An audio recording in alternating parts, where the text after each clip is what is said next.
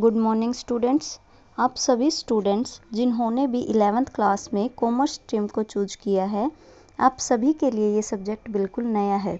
इसलिए आप जब भी कोई टॉपिक पढ़ें तो इस बात का पूरा ध्यान रखें कि हर एक छोटी छोटी बात को अच्छे से समझें, क्योंकि ये सब जो भी आप 11th क्लास में पढ़ोगे आपके कॉमर्स सब्जेक्ट में एक बेस का काम करती हैं। अब तक जो सिलेबस आपको कराया गया था उसका ज़्यादातर पार्ट थ्योरेटिकल था। अकाउंट्स में कोई भी न्यूमेरिकल पोर्शन स्टार्ट करने से पहले सबसे ज़रूरी टॉपिक होता है डबल एंट्री सिस्टम, जो आप सबको अच्छे से आना चाहिए।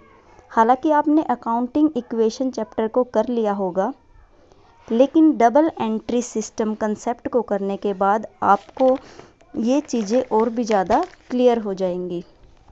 तो चलिए हम अपना आज का टॉपिक स्टार्ट करते हैं। इस टॉपिक में मैं आपको कंसेप्ट तो क्लियर कराऊंगी, साथ ही ये आपके लिए एक डेमो प्रोजेक्ट भी होगा। इसमें आप देखोगे कि मैंने इस टॉपिक को किस तरह से डायग्राम के थ्रू रिप्रेजेंट किया है, ताकि आप इसकी हेल्प से एग्ज़ाम के लिए आपको जो प्रोजेक्ट बनाना दिया जाएगा उसको अच्छे से बना सको। आप अपने प्रोजेक्ट में इस टाइप की पिक्चर्स, हैंडमेड डायग्राम्स और अदर मटेरियल को भी यूज कर सकते हो, ताकि आपका जो प्रोजेक्ट है वो अट्रैक्टिव बन सके। तो चलिए हम देखते हैं कि डबल एंट्री सिस्टम क्या है और कैसे अकाउंटिंग ट्रांजैक्शन को रिकॉर्ड करने के लिए इसका यूज किया जाता है। जो भी अकाउंटिंग ट्रांजैक्शंस होती हैं उन्हें हम दो तरीके से रिकॉर्ड कर सकते हैं। एक होता है हमारा इंडियन सिस्टम, जिसे हम ट्रेडिशनल मेथड भी बोलते हैं, और एक होता है हमारा इंग्लिश सिस्टम, जो मॉडर्न मेथड होता है। इंडियन सिस्टम के अकॉर्डिंग आपने देखा होगा, जैसे आपके आसपास जो दुकानदार वगैरह होते हैं उनके पास एक लाल रंग की फाइल टाइप होती है जिसे हम खाता बही बोलते हैं। वो अपनी सारी ट्रांजैक्शन को उसी में रिकॉर्ड करते हैं, वो हमारा इंडियन सिस्टम होता है।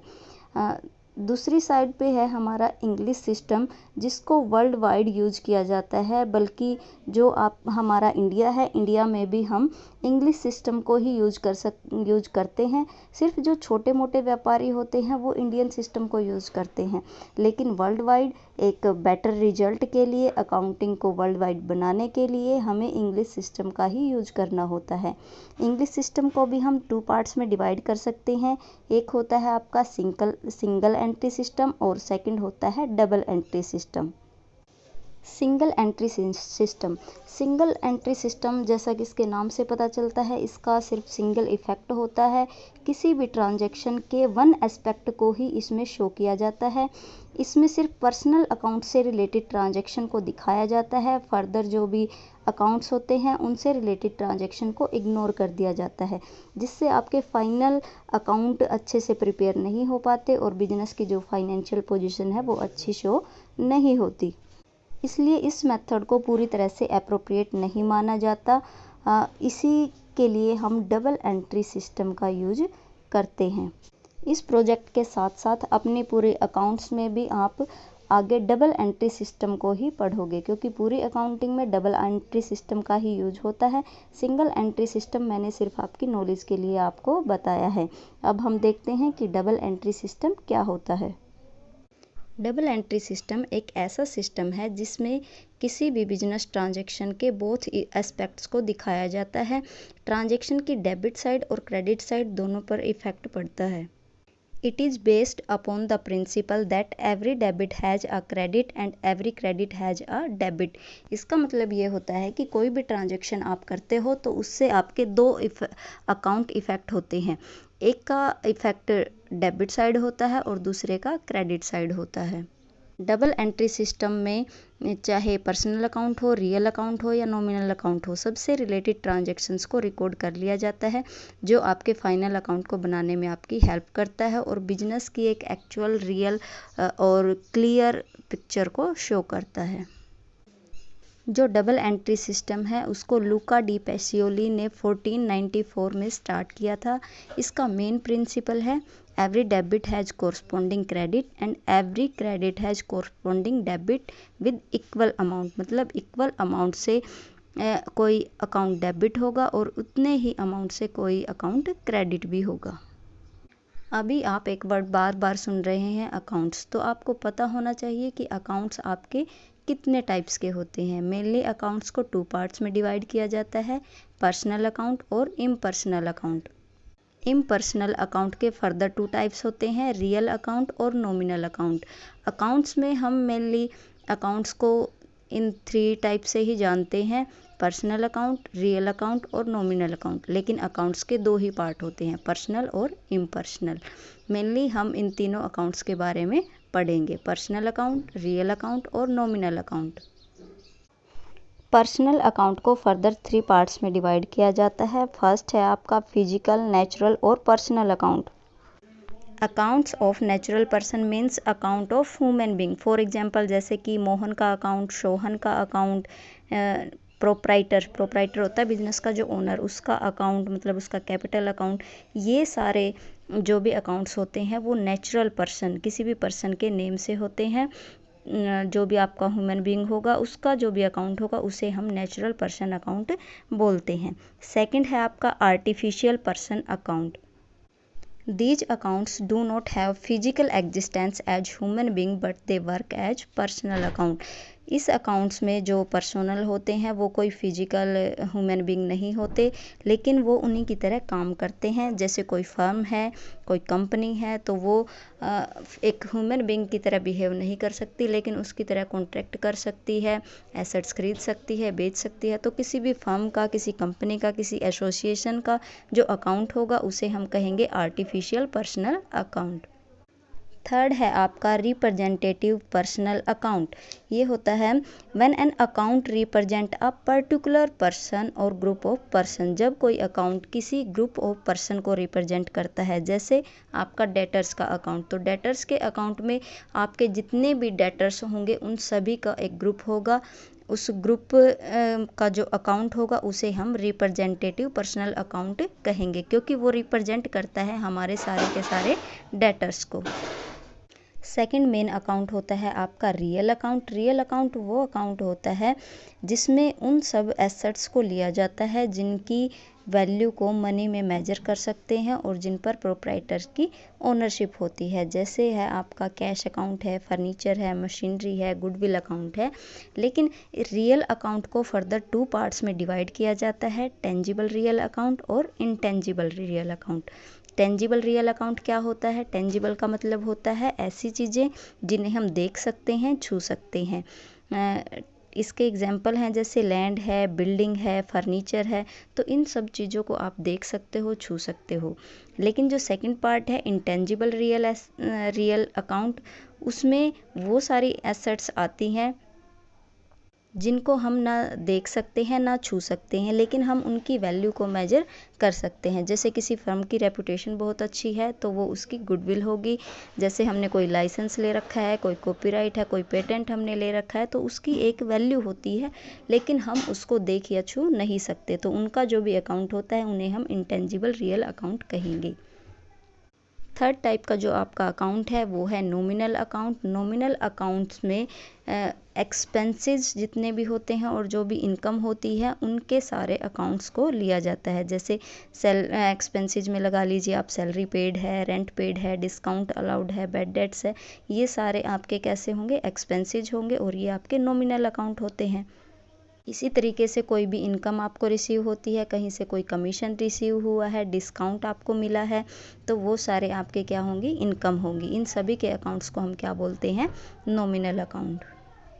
इन अकाउंट्स के मीनिंग क्लियर होने के बाद आपको पता होना चाहिए कि अकाउंट्स में इनके क्या रूल हैं जिसके थ्रू हम किसी ट्रांजैक्शन के किसी एस्पेक्ट को डेबिट करते हैं और किसको क्रेडिट करते हैं। तो चलिए इनके रूल्स को देखते हैं।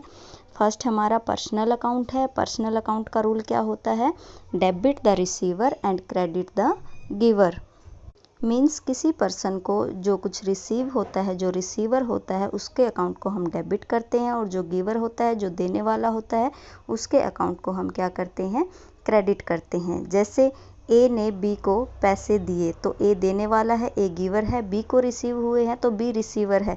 रिसीवर के अकाउंट को क्या करेंगे? हम डेबिट कर देंगे और जो गिवर है उसके अकाउंट को क्या करेंगे? क्रेडिट करेंगे।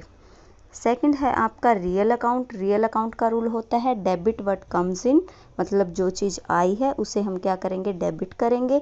And credit what goes out, जो चीज़ गई है उसको हम क्या करेंगे? क्रेडिट करेंगे। फॉर एग्जाम्पल आपने कोई बिल्डिंग परचेज की है तो आपकी फर्म में क्या होगा, बिल्डिंग आएगी और कैश जाएगा, तो बिल्डिंग के अकाउंट को हम क्या करेंगे, डेबिट कर देंगे, और कैश आपके पास से गया है तो कैश को हम क्या करेंगे, क्रेडिट कर देंगे। थर्ड है आपका नॉमिनल अकाउंट। नॉमिनल अकाउंट का रूल होता है debit all the expenses and losses and credit all the income and gains. तो बिजनेस में आपके जो भी एक्सपेंसेस होंगे या जो भी लॉसेज होते हैं आप उनको डेबिट करोगे, और कोई भी इनकम या गेन होता है तो आप उसको क्या करोगे, क्रेडिट करोगे।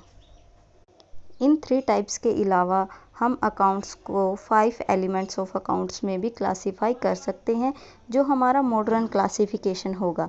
उसके अकॉर्डिंग अकाउंट्स को हम 5 टाइप से डिवाइड करते हैं। फर्स्ट आपका एसेट्स होता है, सेकंड आपकी लाइबिलिटीज़ होती है, third equity, fourth income and fifth होता है एक्सपेंसेस। इसमें हम देखते हैं कि इन अकाउंट्स पे इनके इंक्रीज डिक्रीज होने से क्या इफ़ेक्ट पड़ता है, किस अकाउंट के इंक्रीज होने से उसको डेबिट करेंगे, किसको क्रेडिट करेंगे, तो ये सारी चीज़ें हम देखते हैं। 5 एलिमेंट ऑफ अकाउंट्स आपको दिए गए हैं, जिसमें हम रूल्स देखेंगे कि डेबिट और क्रेडिट करने का क्या रूल होता है। इस डायग्राम में, इस चार्ट में आपको ऊपर 5 के 5 एलिमेंट्स दिए हुए हैं। साइड में देखिए, पहले इनके नॉर्मल बैलेंस शीट दिए होते हैं कि जब भी कोई इनमें से कोई एलिमेंट हम स्टार्ट करते हैं, उसका अकाउंट बनाना स्टार्ट करते हैं, तो नॉर्मली उसके बैलेंस को कहाँ डाला जाता है। तो फर्स्ट जो रो है उसमें नॉर्मल बैलेंसेज को दिखाया गया है। सेकंड में व्हेन इंक्रीजेज, मतलब जब इनका बैलेंस बढ़ता है तो क्या इफेक्ट पड़ेगा, एंड लास्ट में दिखाया गया है व्हेन डिक्रीजेज, मतलब जब इनका बैलेंसेज कम होते हैं तो क्या इफेक्ट पड़ता है। तो सबसे पहले हम देखते हैं एसेट्स का। एसेट्स का नॉर्मल बैलेंस क्या होता है, डेबिट बैलेंस होता है, और जब एसेट्स इंक्रीज हो जाती है तो हम कहाँ पे लिखेंगे उसको, एसेट्स अकाउंट के डेबिट साइड में ही, तो मतलब उसका डेबिट बैलेंस ही बढ़ता है। और जब एसेट डिक्रीज हो जाती है तो उसको हम क्या करते हैं, क्रेडिट करते हैं। ये 5 एलिमेंट का ये चार्ट आपको हेल्प करेगा जर्नल एंट्रीज करने में। उसके बाद सेकंड आपका आता है लाइबिलिटीज़। लाइबिलिटीज़ का नॉर्मली बैलेंस क्या होता है, क्रेडिट होता है, और इसके इंक्रीज होने पर हम क्रेडिट करते हैं और डिक्रीज होने पर डेबिट करते हैं। थर्ड है आपकी कैपिटल। कैपिटल का बैलेंस भी क्या होता है, क्रेडिट होता है। जब ये इंक्रीज होती है तो हम इसको क्रेडिट करते हैं, और जब ये डिक्रीज होती है तो हम इसको डेबिट करते हैं। फोर्थ है आपका रिवेन्यू। रिवेन्यू का बैलेंस भी क्रेडिट होता है, और इसके इंक्रीज होने पर इसको क्रेडिट किया जाता है और डिक्रीज होने पर डेबिट किया जाता है। लास्ट है आपका एक्सपेंसेस। एक्सपेंसेस का नॉर्मल बैलेंस क्या होता है, डेबिट होता है, और जब ये इंक्रीज होता है तो इसको डेबिट किया जाता है, और जब ये डिक्रीज होता है तो इसको क्रेडिट किया जाता है। तो इस चार्ट में आप देखिए कि जो एसेट है और जो एक्सपेंसेस है उनका सेम इफेक्ट होता है, और जो लाइबिलिटीज़, कैपिटल और रिवेन्यू है उनके सेम इफेक्ट है। तो आप इस तरीके से इनको अच्छे से समझ सकते हो और याद रख सकते हो। तो चलिए, अब हम डबल एंट्री सिस्टम को भी अच्छे से समझ चुके हैं, और जो आपके टाइप्स ऑफ अकाउंट हैं उन्हें भी कर चुके हैं, उनके रूल्स का हमें पता चल चुका है। डेबिट क्रेडिट का क्या रूल होता है 5 एलिमेंट्स में, वो भी हमने देख लिया है। अब हम इसका इवैल्यूएशन कर लेते हैं। इवैल्यूएशन का मतलब है कि जो डबल एंट्री सिस्टम है उसके क्या एडवांटेज हैं, क्या डिसएडवांटेज हैं। तो 1 बाय 1 हम इनको डिस्कस करते हैं। फर्स्टली हम देखते हैं कि एडवांटेज क्या क्या हैं डबल एंट्री सिस्टम के। फर्स्ट इसका एडवांटेज है complete record of transaction. Double entry system में किसी भी ट्रांजैक्शन का कंप्लीट रिकॉर्ड होता है, क्योंकि जो भी हम ट्रांजैक्शन करते हैं हमें पता है कि उससे हमारे 2 अकाउंट इफेक्ट होते हैं, लेकिन सिंगल एंट्री सिस्टम में हम उस इफेक्ट को एक ही जगह शो करते हैं, जिससे कंप्लीट जो रिकॉर्ड है वो शो नहीं हो पाता। लेकिन डबल एंट्री सिस्टम में हम किसी भी ट्रांजैक्शन के दोनों एस्पेक्ट्स को दिखाते हैं, जिससे हमारे पास कंप्लीट रिकॉर्ड होता है कि किस अकाउंट पे क्या इफेक्ट पड़ता है। सेकंड इसका बेनिफिट है check on accuracy. Double entry system आपके अकाउंटिंग में एक्यूरेसी को श्योर करता है, क्योंकि आपने देखा है कि इसमें सेम अमाउंट से आपका डेबिट साइड है और सेम अकाउंट से ही क्रेडिट साइड इफ़ेक्ट होती है। तो लास्ट में जब हम अपना एनालिसिस जो करते हैं, जो फाइनल अकाउंट्स बनाते हैं, जो ट्रायल बैलेंस बनाना आप सीखोगे बाद में, वहाँ से हमें एक्यूरेसी शो हो जाती है, क्योंकि लास्ट में जो हमारी बैलेंस शीट है उसके बैलेंस मैच हो जाते हैं, जिससे हमें ये श्योरिटी होती है कि जो हमारे अकाउंट्स हैं वो बिल्कुल करेक्ट तरीके से बनाए गए हैं और पूरी तरह से एक्यूरेट हैं। थर्ड है डिटर्मिनेशन ऑफ फाइनेंशियल पोजीशन। इससे हमारी फाइनेंशियल पोजीशन को क्या कर सकते हैं, हम अच्छे से डिटरमाइन कर सकते हैं, क्योंकि इसमें जो भी ट्रांजैक्शन होती है उसके हर एक एस्पेक्ट को दिखाया जाता है। फाइनेंशियल पोजीशन हमारी बैलेंस शीट से शो होती है और डबल एंट्री सिस्टम के थ्रू जब हम बैलेंस शीट बनाते हैं तो लास्ट में उसके बैलेंसेज मैच हो जाते हैं। और बैलेंसेज मैच होने का मतलब होता है कि हमारी capital plus liability is equal to क्या होती है, एसेट्स होती है, जो हमने अकाउंटिंग इक्वेशन में पढ़ा है। और अगर ये इक्वेशन हमारी मैच हो जाती है तो ये हमारी फाइनेंशियल पोजीशन को अच्छे से डिटरमाइन करती है। फोर्थ पॉइंट है साइंटिफिक सिस्टम। ये एक साइंटिफिक सिस्टम है। जैसे आपने देखा था कि ट्रेडिशनल मेथड था, उसमें सिर्फ एक एस्पेक्ट को दिखाया जाता है, लेकिन ये एक साइंटिफिक मेथड है और वर्ल्ड वाइड हम इसको यूज कर सकते हैं।